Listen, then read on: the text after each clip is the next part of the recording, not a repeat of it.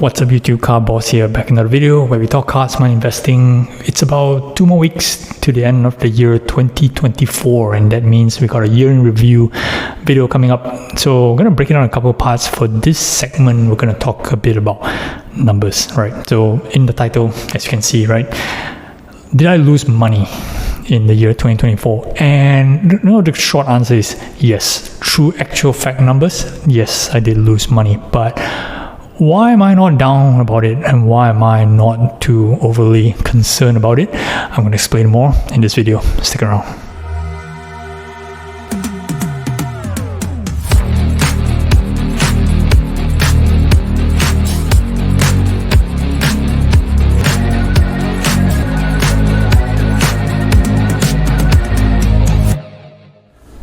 Okay, welcome back, guys. So what I noticed among a lot of YouTubers, right, who talk about sports cars, they don't actually disclose exactly how much money they make. They give you some ballpark, right? You know, we make 3 million, we make 200,000, or maybe our revenue is X and our profit is Y, whatever it is, right? Roughly numbers, right? And there has to be a reason why we don't actually share the actual numbers, you know, obviously maybe for tax reasons and whatnot. So I'm no different, okay? I don't even have my finalized numbers, but I'm going to be very extra transparent with you guys on where I am in terms of my business for the year 2024, you know, just so you guys know that it's not all roses, right, for this business. So first and foremost, right, in terms of revenue, where I'm at for this first year of my business full-time as a sports car reseller, primarily sports cars, right? I did some Magic the Gathering, but it was, I would say, 90% of business was, or more than 90% was to NBA basketball. And the total turnover for the year is approximately $500,000 US. Okay, plus minus, I believe the numbers could be between maybe 510, 515, depending on how the final 2 weeks are going to come, but it's not going to significantly go much greater than that.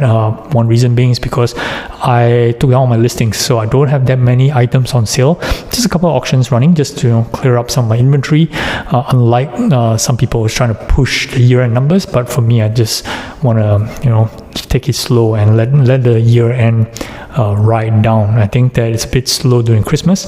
I think most people believe that there is not many people actually paying good dollar during this time of the year, so therefore I don't actually put up much stuff for sale. So I can roughly project where my revenue is gonna finish for the year, roughly about 500k, maybe 510 at most.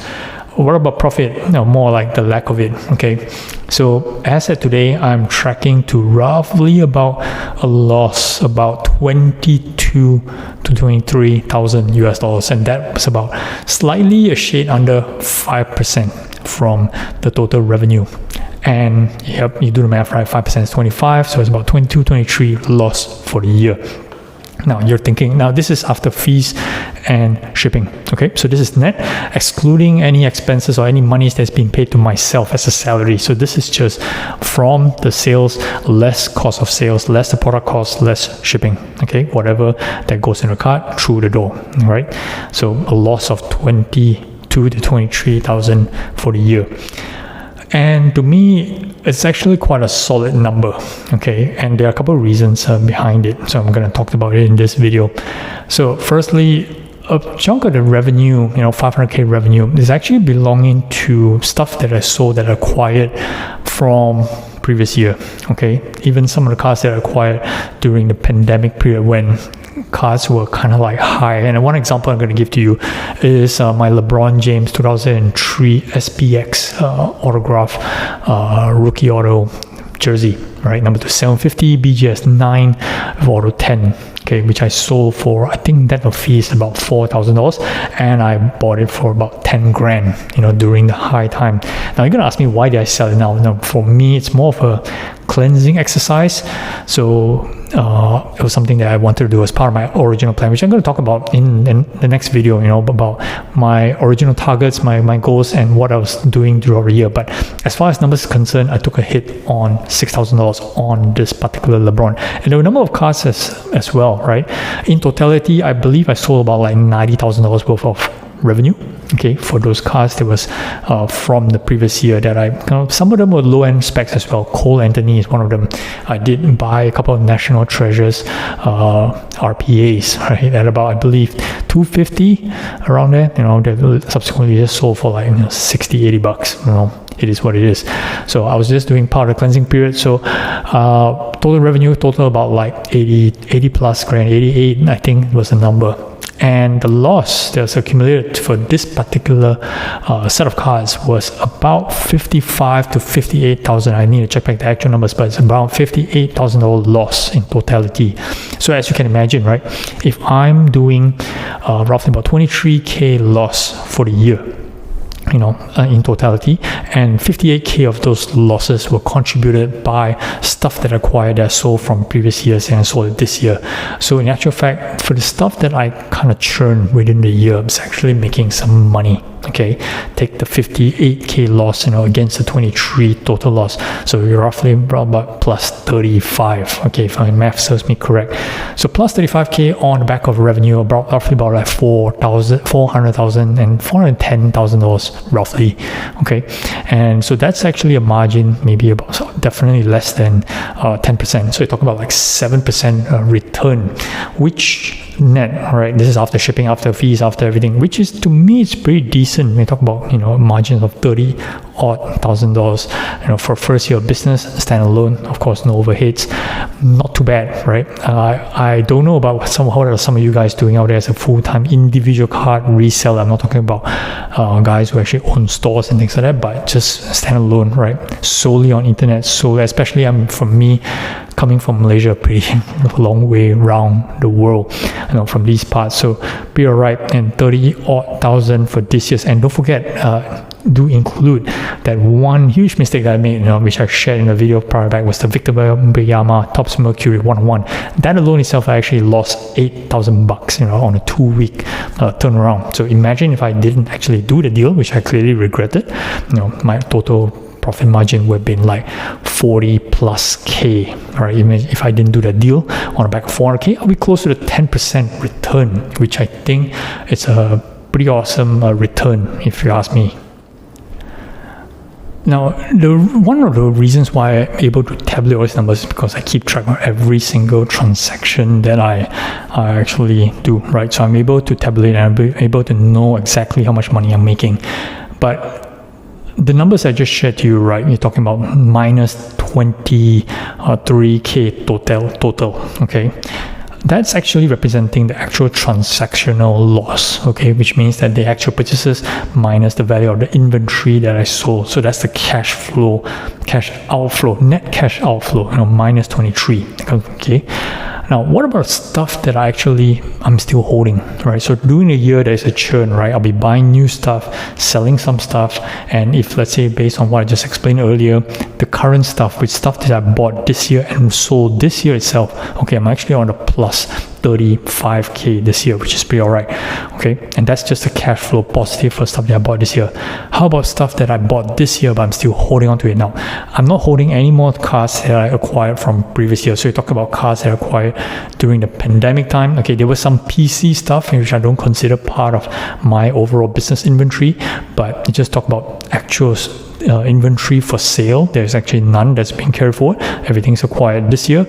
And based on that, right, that how I value my business is the total value of the inventory plus the amount of cash I have in my business. Okay, that value compared to where I started earlier the year has gone up by about 20%. Okay, that's huge, 20%. Now, of course, the 20% comes from both a little bit more cash than I had the previous year when I first started, as well as the value of the inventory that I acquired, and it actually gained in value, which comes to two reasons, right? Number one, of course, the card itself has gone up in price.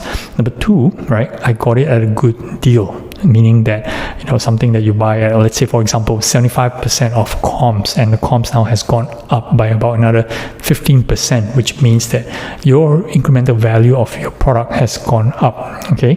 And the value of inventory has gone up, which I talked about in another video, right? To understand, to know exactly the value of your inventory to determine whether or not you are actually making money in this business, right? It's no point paying, $10,000 on all inventory and to have them go down by 20% and just feel good that you have 10,000 worth of stock in hand, which is not correct, right? It's only 8,000. But in my case, it's the reverse, okay? I'm not going to share the actual value of inventory I have on hand, but whatever I have on hand has gone up in totality, including a bit of money on hand, has gone up by a total of 20%. So when you add the return of the cash flow returns, right, you just talk about the current year, don't talk about the brought forward, right, of plus 7 or 8%, and the incremental value of the business has gone up by about 20%. It's pretty decent performance for this year, despite the fact that I lost money overall, okay? And you might find it actually quite surprising. This was all by design, right? I didn't really stumble upon it. I had a goal, I knew what I wanted to do coming into this year, okay? I'm going to talk about more in the next video on this, but it's quite good to see that some of the plans came into fruition. Of course, I did make some mistakes along the way. Victor Wembanyama is one of them, but to see the business actually grow and making money for stuff that I buy this year, it's kind of like a positive, I would say, feeling, right? A validation that, you know, for me to quit my full-time job to get into this business, because I know how much time and energy and focus it takes to actually to try to get to where I achieve at this period, okay? So it's necessary for me to invest that amount of time. It's great to see the return. Definitely there's lots of room to grow. 2025 is going to be an exciting year. I have a new set of goals. I might talk about that as well in another video, but for this video, right, as the title says, did I lose money for the year 2024? In totality, yes. The answer is yes, I did lose money, and the answer is 23K net cash flow loss for the year for stuff that I bought and sold, but there are reasons behind it. But I'm unfazed. It's a good year. Did what I set out to do, and looking forward to the next one. All right, hope you guys got something out of this video. Do like, subscribe, put your comments, more questions. You know, I do like to look at all your questions and do reply to every single comment that you have. All right, till the next one. Thanks for watching, guys. Till the next one. Cowboys out.